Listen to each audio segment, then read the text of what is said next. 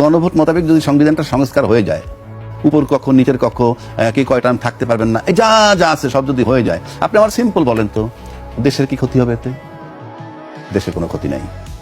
জনগণের কি ক্ষতি হবে? সাধারণ জনগণের কোনো ক্ষতি নাই। তাহলে ক্ষতিটা হবে কার?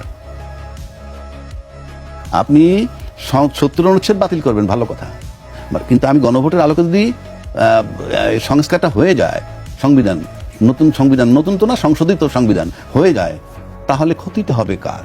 সেই জায়গাটায় যেতে হবে। জনগণের উপকার হবে, রাষ্ট্রের ক্ষতি হবে না, আন্তর্জাতিকভাবে ক্ষতি হবে না, সিম্পল আভ্যন্তরীণ বিষয়। তাহলে আমার করতে দোষ কি? যেটাই জনগণের উপকার নিহিত, জনগণের ক্ষতি নিহিত নাই, রাষ্ট্রের ক্ষতি নিহিত নাই। এখন যদি শুধু আমার ক্ষতি চিন্তা করি, আমি তার জন্য না করি, তাহলে তুমি আমারটা দেখলাম, রাষ্ট্র দেখলাম না, রাষ্ট্রের জনগণ দেখলাম না। এতে কনক্লুশন দাঁড়াবে ওটাই যে দিন শেষে 24শে জুলাই 24-এর যে আন্দোলন হয়েছে, প্রাণগুলা অহেতুক দেওয়া হইল এবং আলটিমেটলি আমরা সেই সাবেক জায়গায় ফেরত যাব।